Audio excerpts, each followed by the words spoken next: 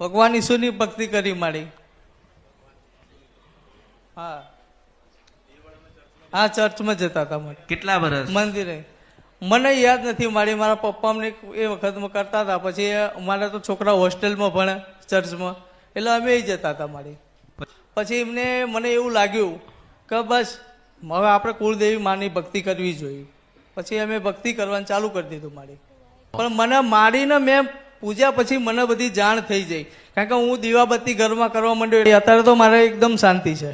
શું થતું હતું એ મને ખુદને જ નથી ખબર પડતી, એવું થતું હતું મારી જોડે. પછી અને મારી અમુક ટાઈમ અડધી રાતે કંઈક એવું થઈ જાય ને, કંઈક ઉપર ચડી ગયું હોય, કંઈક એવો આભાસ થાય ને મારી કંઈ ના થાય મારાથી, બસ સહન કરવું પડે એવું માં. હા તને વિશ્વાસ છે ને? હા હા, તમને વિશ્વાસ છે ને? એમ કહું છું. મને વિશ્વાસ છે મારી. લાગે કે ભાઈ આજે સારો દિવસ છે અને પાવાગઢ જવું તો દર્શન કરી આવવાના.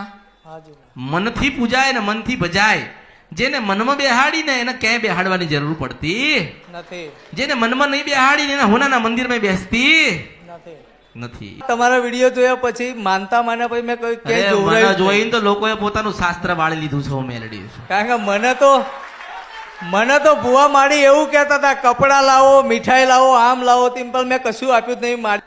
તો મારી હું તો તમારા ઉપર ભરોસો રાખીને બેસી ગયો હતો. મેં તો માણસને એટલું જ કીધું છે કે મેં તો એટલું જ કીધું છે માણસને કે શંકર ભગવાને મને સોનાની ચલમ આલી છે.